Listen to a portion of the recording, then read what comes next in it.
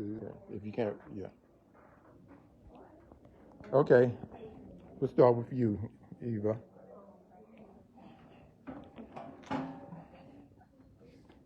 Okay, is this number one? Okay, let's move this away a little bit. So did I just tell you about it?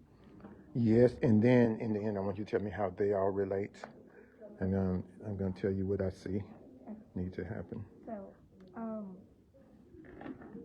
these things are all related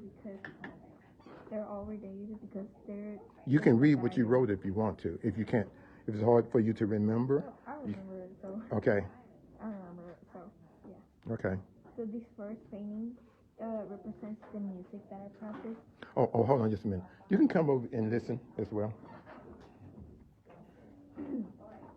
So since I do singing and music, I try to put that in here, and there's like a lot of stuff going on.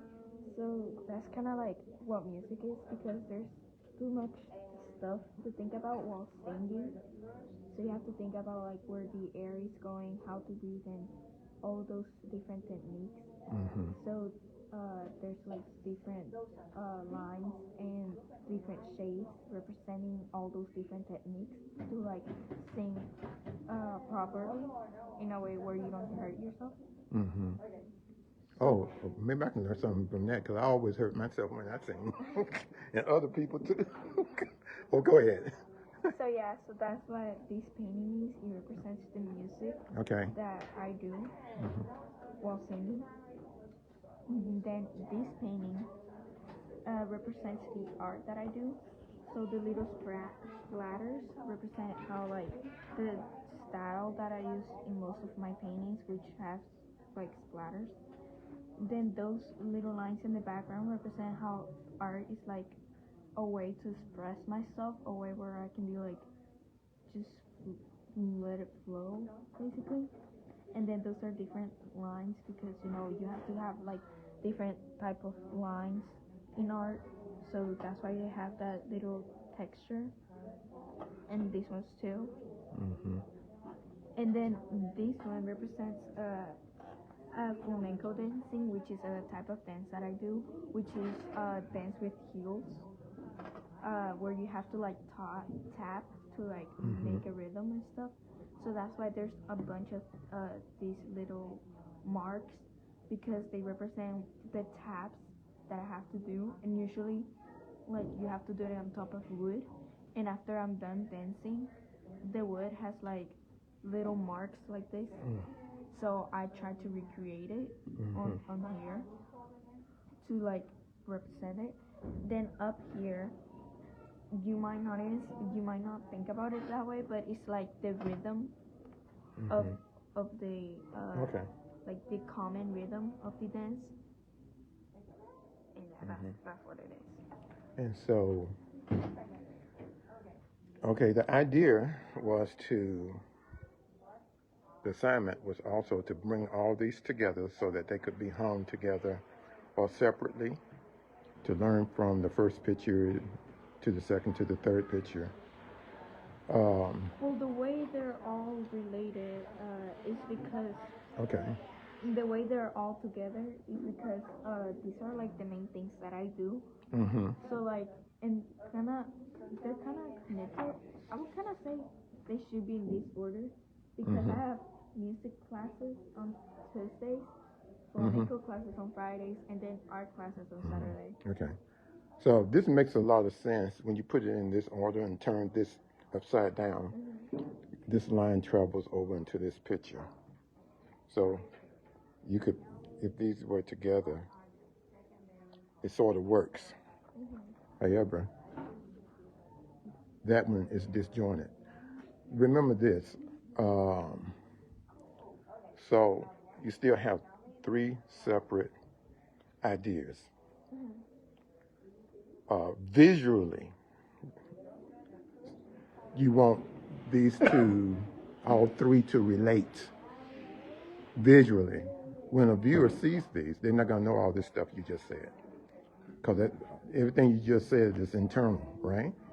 Which it makes a whole lot of sense. That's really good. But now also you need to approach this. How do you see these images, no matter what it means, or so the shape, the forms, the way you did it, the brushstrokes, you know. So at some point, since it's a visual language, how do you make all of these things relate as one? I would say you've probably gone through about 2 steps with these. You probably need 2 more steps of painting or drawing with ink. You know, you need to bring these together. We know what's underneath it now, right? But you need to bring it together using visual language now. Do you understand what I'm trying to say to you? Okay, Ananya. Okay, your turn. I was trying to make like a general idea compressed into one. Mm-hmm. So this is basically kind of like a timeline. Okay.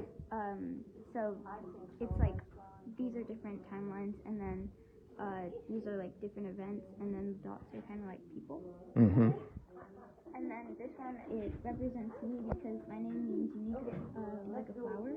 Okay. And I tried to incorporate that, showing this like the things in nature that I like, and it kind of shows how nature is kind of balanced with the shades and the amount of things that are in there. Mm-hmm. And then this, it just shows how like chaotic life can be. Mm-hmm. So overall, it was kind of like compressing an idea, so a timeline to a person to their own life.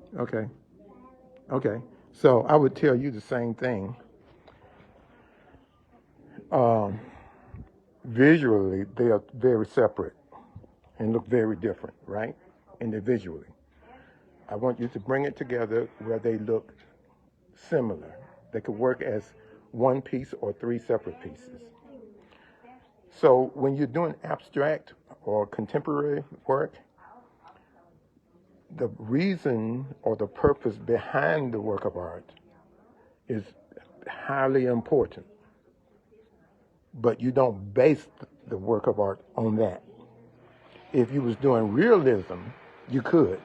If you're doing realism, you would actually show this is a timeline. I like flowers, so you would paint a realistic flower, right? It would be what we call literal. But when you're doing abstract or contemporary work, you don't want to be literal. I had you write it out because I do want you to play with ideas. Your writing helps you to explain what we see, right? But that's a good reason for what you're doing. But now you need to bring these things up to the next level. I think, again, you have probably 2 more steps, 2 or 3 more steps. Fill the paper. You know, you fill, F-I-L-L, fill the paper with ink. There's some places you're going to want to be very white, maybe, but some that you don't want it to be so white. So this looks very graphic, which is cool, but remember the Japanese ink drawing or brush drawing,